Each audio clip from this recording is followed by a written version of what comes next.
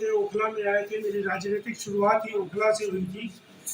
उससे पहले मैं पटेल नगर रहता था। तो बड़ा सपोर्ट रहा, बड़ा साथ रहा और बहुत कुछ सीखने को मिला। और बाकी साथी लोगों से भी बहुत सारी चीज़ें सीखी। तो मैं सभी साथियों का, देखिए कोई साथी कहीं रोड पर भी मिलता है वो कुछ ना कुछ सिखाता है, चाहे वो राहगीर हो और चाहे कोई और। जब बात हम एजुकेशन की करते हैं तो एक तो डॉक्टर होता है जो मेडिकल से कॉम को रिप्रेजेंट करता है। उसका काम होता है कि आपका हार्ट में कोई प्रॉब्लम हो गई, बुखार हो गया, जुकाम हो गया, उसको ठीक कर देगा। कभी ठीक कर पाता है, कभी नहीं ठीक कर पाता है। और मगर जब एक एजुकेशनिस्ट तैयार होता है, जब एक एजुकेशन में अपनी आवाम को ले जाकर खड़ा करने की कोशिश करता है, तो मेरे हिसाब से सबसे बड़ा जो है कौम को रहनुमाई करने वाला, उसको मोटिवेट करने वाला, उसमें सही से रास्ता दिखाने वाला, गाइडलाइन करने वाला, वो जो है एजुकेशनिस्ट होता है। और एजुकेशनिस्ट की वजह से ही हमारी कौम तरक्की कर पाती है।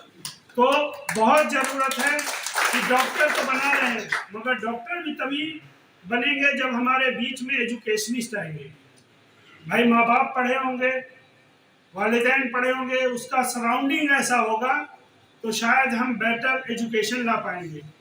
ठीक है, गरीब के बच्चे भी पढ़ रहे हैं और माशाल्लाह आज एजुकेशन की दुनिया में अच्छा नाम कर रहे हैं। एक रिक्शा चलाने वाला भी आईएएस, उसका बेटा आईएएस बन रहा है, आईपीएस बन रहा है, बड़ी अच्छी बात लगती है। मगर साथ में मैं एक बात और बोलना चाहूँगा कि जिस तरह से एजुकेशन की बात हो रही है और आजकल सरकारों के अंदर, जो खासकर दिल्ली के अंदर सरकार है, जिस तरह से वो हमें गुमराह कर रही है कि बिजली फ्री ले लो और पानी फ्री ले लो, मैं कहता हूं कि इसकी ज़रूरत बाद में पड़ेगी। सबसे पहले एजुकेशन पे, फ्री एजुकेशन, टेक्निकल एजुकेशन की बात होनी चाहिए। जब आप काबिल होंगे, आप समझदार होंगे, आप उस लायक होंगे, तो मेरे हिसाब से आप बेहतर तरीके से बिजली का बिल भी पे कर पाएंगे और उसके साथ आप बाकी चीज़ें भी कर पाएंगे। अगर आपको डिमांड करनी है तो आप हेल्थ पे डिमांड कीजिए कि मुझे हेल्थ एश्योरेंस चाहिए, मुझे हेल्थ पे काम करना है। जब आदमी का दिमाग ठीक होगा और उसका एजुकेशन सिस्टम ठीक होगा, जो छोटे छोटे बच्चे हैं, जो गुमराह बच्चे हैं, जो 10वीं पास हैं, 12वीं पास हैं, इधर उधर घूम रहे हैं, काउंसलिंग सेंटर खोलिए, उसके ऊपर काम कीजिए। सरकार इस पे काम करनी चाहिए। उसके साथ जो गरीब के बच्चे हैं, पढ़ नहीं पाते, उन्हें मोबाइल रिपेयर करने के ट्रेनिंग सेंटर खोले ना केजरीवाल सरकार या बाकी सरकार। आज केरला के अंदर देखिए, जितने भी सरकारी स्कूल हैं, जितने भी सरकारी स्कूल हैं, 100% जो है कंप्यूटराइज स्कूल्स हैं। उसके अंदर जो एजुकेशन का आज ये ढिंढोरा पीटते हैं टाइल लगा के, मैं उसकी बात भी करता हूँ। मैं किसी सरकार का यहाँ पे उसकी बात नहीं करने आया हूँ, मगर अगर आपको सही डिमांड की बात करनी है, जो आपको बरगलाया जा रहा है, अगर उसकी बात करनी है तो आप टेक्निकल एजुकेशन की बात कीजिए। कंप्यूटर रिपेयर हो गया, एलईडी रिपेयर हो गया, मोबाइल रिपेयर हो गया, रोजगार मिलना चाहिए। और अगर रोजगार नहीं मिलेगा तो लोग गुमराह होंगे, फिर चाहे बिजली फ्री दे दो, पानी फ्री दे दो, इसी पे रह जाएंगे। तो जरूरत है कि गुमराही से बचने के लिए हम अगर बात करें तो टेक्निकल एजुकेशन और हेल्थ की बात करें। अभी बात हो रही थी कि जिस तरह से मुझे नेशनल एग्जीक्यूटिव मेंबर एआईसीसी में अनऑर्गेनाइज सेक्टर्स में बनाया गया, साथ में मुझे नेशनल इंचार्ज बनाया गया दस्तकार डिवीजन का। दस्तकारी वो चीजें हैं जो हाथ से तैयार की जाती है, और यही वो दस्तकार है जिसने देश की अर्थव्यवस्था को रुपए से कन्वर्ट करके डॉलर में कन्वर्ट किया। और यही वो दस्तकार है जिन्होंने देश की अर्थव्यवस्था को शुरू में ले जाके एक हाई स्केल पे खड़ा कर दिया था। यही वो दस्तकार है, चाहे उसमें अंसारी, चाहे उसमें दर्जी आते हैं, चाहे उसमें मोची आते हैं, चाहे उसमें लकड़हारा आते हैं या कुम्हार आते हैं। पहले मैं टेलर बिरादरी की नुमाइंदगी करता था, मगर पता चला कि खासकर इदरीसियों की, मगर मैंने कहा नहीं, जब हम जात में बटेंगे तो बातें अलग हो जाएंगी। हम यहाँ पे बात कर रहे हैं कि पेशे की बुनियाद पे, पेशे की बुनियाद पे, चाहे वो हिंदू हो या मुसलमान हो, दर्जी है तो वो दर्जी है, लकड़हारा है तो वो लकड़हारा है, उसका किसी जात से मतलब नहीं है, उसका किसी धर्म संप्रदाय से मतलब नहीं है, उसका मतलब है उसको आर्थिक जो है वो आर्थिक सुरक्षा मिलनी चाहिए, उसको आर्थिक जो है समझ मिलनी चाहिए, उसको आर्थिक सुरक्षा में उसकी पूरी भागीदारी होनी चाहिए, उसकी एम्पावरमेंट होनी चाहिए।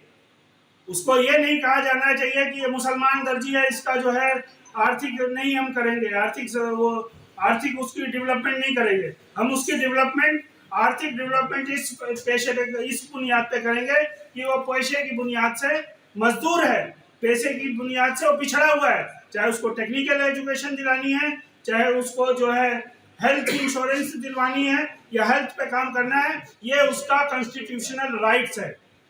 पेशे की बुनियाद पे ये उसका अधिकार है और पेशे की बुनियाद पे हमें ये अधिकार मिलना चाहिए।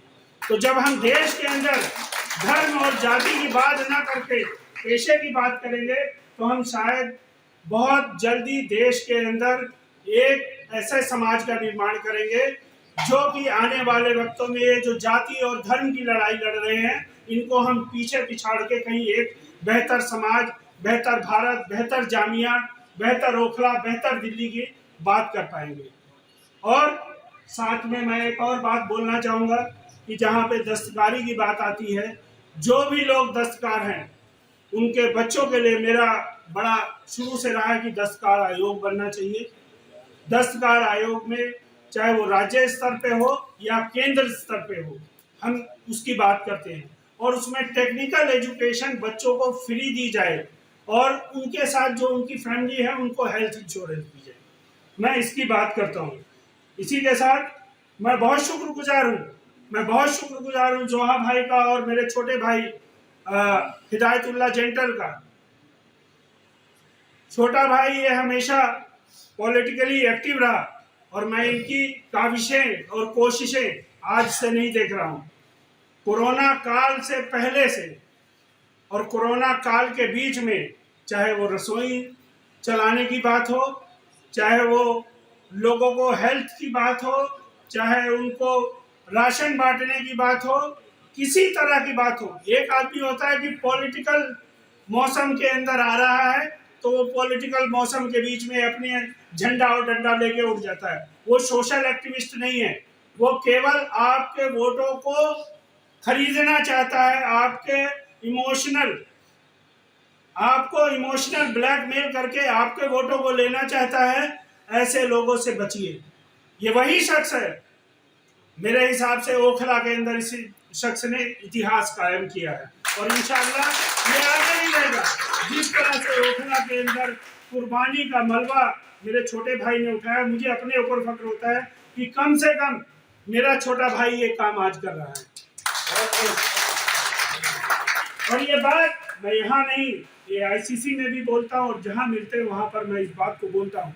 और मेरी भी कोशिश रहेगी कि जहाँ पे अगर कहीं पर भी जरूरत पड़ेगी, मैं यहाँ के लिए ऐसा ही काउंसलर की जरूरत के लिए मैं आगे बात करूँगा। जहाँ पर भी मुझे जरूरत पड़ेगी, अल्लाह ने मुझे थोड़ी सी ताकत दी है, उस ताकत को मैं जहाँ पर भी जरूरत पड़ेगी मैं उसका इस्तेमाल करूँगा। इसी के साथ मैं छोटी सी बात कहना चाहूँगा, क्योंकि आजकल क्या हो रहा है कि सोशल मीडिया का ज़माना और मेरे यूट्यूबर साथी बहुत अच्छा कर रहे हैं।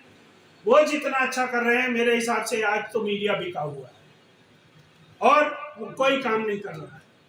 केवल उनको क्या है, किस तरह से उनको मुद्दों को भटकाना है, किस तरह से बात करनी है, ये आप सबके सामने कहीं पर लगी चुकी नहीं हुई है। मैं बहुत शुक्रगुजार हूँ जो छोटे छोटे साथी अपना यूट्यूब चैनल लेके, मोबाइल लेके, कैमरा लेके इधर से उधर भाग रहे हैं, खबरें लिख रहे हैं। बात बहुत सही है, मगर खासकर इस बात को भी देखना चाहिए कि हमें थोड़ा सा, जब हम सोशल मीडिया का यूज़ करते हैं तो हमें कम से कम ऐसी चीज़ों का यूज़ करना चाहिए जिससे हमारी ताकत बढ़े।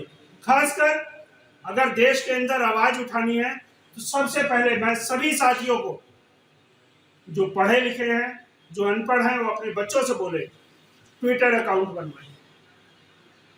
और ट्विटर अकाउंट आज बनाया और कल को हिदायतुल्लाह भाई के लिए आपने डिमांड कर ली कि हिदायतुल्लाह को ही ओखला से टिकट मिलनी चाहिए, तो मेरे हिसाब से आपको कहीं पे मजमे इकट्ठा करने की जरूरत नहीं है, कहीं पर जाने की जरूरत नहीं है। सीधा वो खड़गे साहब के पास, राहुल गांधी के पास, अनिल चौधरी के पास आपकी आवाज पहुंचेगी। मगर साथ ही मैं ये भी कहना चाहूंगा कि अवेयर होना बहुत जरूरी है।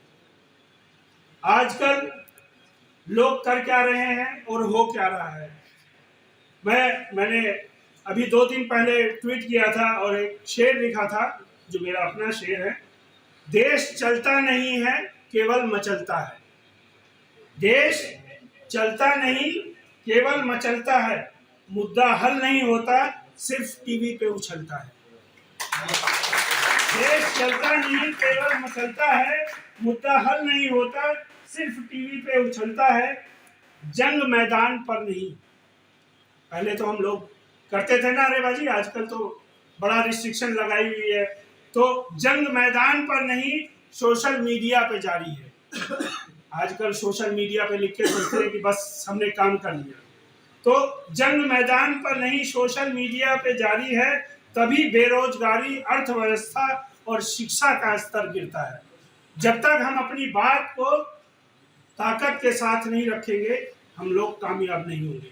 मैं बहुत शुक्रगुजार हूँ आप लोगों का, साथियों का, और आपकी दुआओं की वजह से। मैं कोई नेता नहीं हूँ, मैं कोशिश कर रहा हूँ कि एक कौम को, जो पिछड़े हुए हैं, जो मजदूर हैं, उनको उठाया जाए, उनको एक लेवल दिया जाए, समाज में आगे बढ़ाया जाए। साथ में मैं ये भी कहना चाहूँगा कि जब हम इस्लाम की बात करते हैं, इस्लाम के अंदर साफ साफ कहा गया है कि आप जो है अपने पीछे मत खड़े कीजिए, सफ बनाइए।